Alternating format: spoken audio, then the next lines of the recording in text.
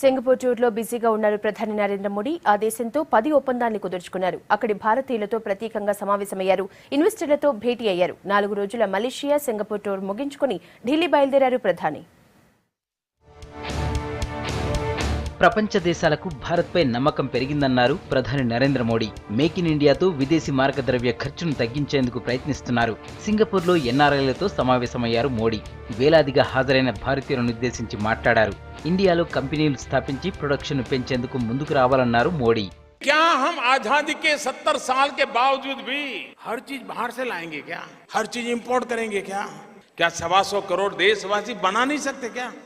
आपको हैरानी होगी, डिफेंस के लिए जो हम चीजें इंपोर्ट करते हैं, भारत के पास नौजवान है, भारत के पास टैलेंट है, भारत के पास रॉ मटेरियल है, भारत की आवश्यकता है. क्यों न हमारे डिफेंस इक्विपमेंट हिंदुस्तान में क्यों नहीं बनने चाहिए? సింగపూర్లోని ఇన్వెస్టర్లతో సమావేశమయ్యారు మోడీ. భారత్లో పెట్టుబడి అవకాశాలపై వారికి వివరించారు. మేక్ ఇన్ ఇండియా కాన్సెప్ట్ను ఎక్స్ప్లెయిన్ చేశారు. దేశంలో పెట్టుబడులు పెట్టాలని ఆహ్వానించారు.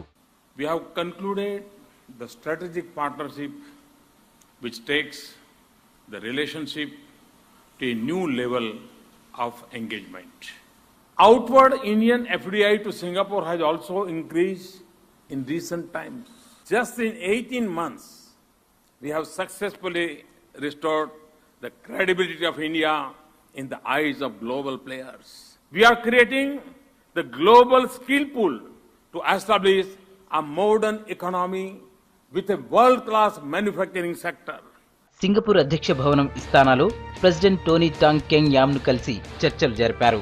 ఇస్తానాలోనే సింగపూర్ ప్రధాని లీ లుంగ్తో భేటీ అయ్యారు. 2 దేశాల వ్యూహాత్మక భాగస్వామ్యంపై ఇద్దరు ప్రధానులు జాయింట్ స్టేట్మెంట్ రిలీజ్ చేశారు. 10 ద్వైపాక్షిక ఒప్పందాలపై 2 దేశాల ప్రతినిధులు సంతకాలు చేశారు.